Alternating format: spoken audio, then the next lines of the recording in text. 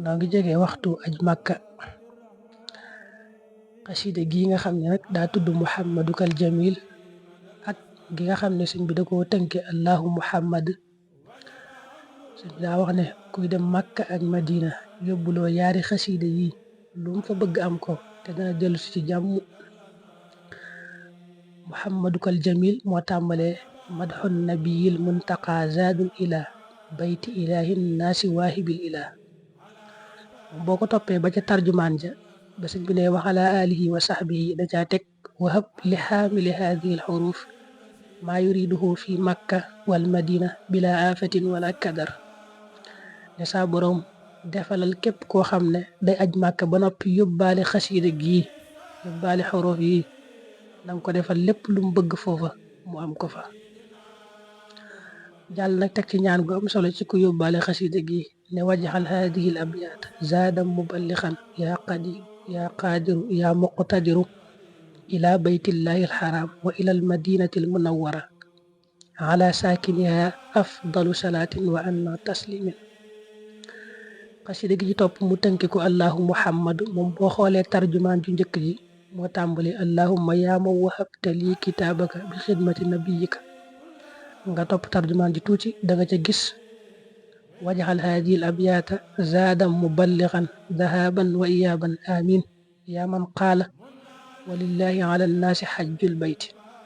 moom sax daanaka ñetti bayit yu njëkk yi wala ñeent yu njëkk yi yëpp da ciy ñaanal ki nga xam ne day aji Màkka ba noppi nag yóbbaale xasida gi awsil bi xaqi wajhika al karim xaamila daa lil bayti bi takrim. xaamila daa mooy koo xam ne ba mu aj daa yoraale xasida gi li baytika al karimi awsil xaamila haada al kitaaba alaman aw xaamila. waaw xaamila haada al kitaab ba tey foofu la muy ñaan mooy koo xam ne daa yóbbaale xasida gi. habladi qasada baytaka al xaram afdala xajjin rajaan al maram. kon xasida yooyu moom mat naa yóbbaale lool moom waxuñu jàng waxuñu mokkal sax danga koy def lu mel ne sab saak rek wala nga fexe ba yoraale ko daal ba dem ba ñëw.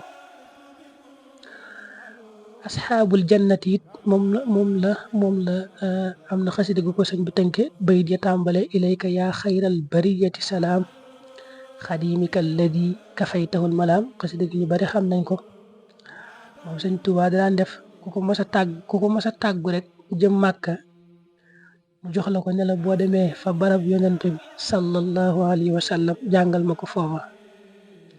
kon xasida yi mat naa yóbbuloo lool moom ko ajut tamit bu xamee kuy aj rek mën ko koo laabiré ngir yàlla. suñ bindoon na yett yëpp boole ko nga xam ne ku ko masa tàggu rek jëm penku mu jox la ko mel na ni it du jafe lool nga xam ne ku ko laajte rek ci ñuy yëngutu ci xasida yi xëy na dana am yett yëpp incha allah.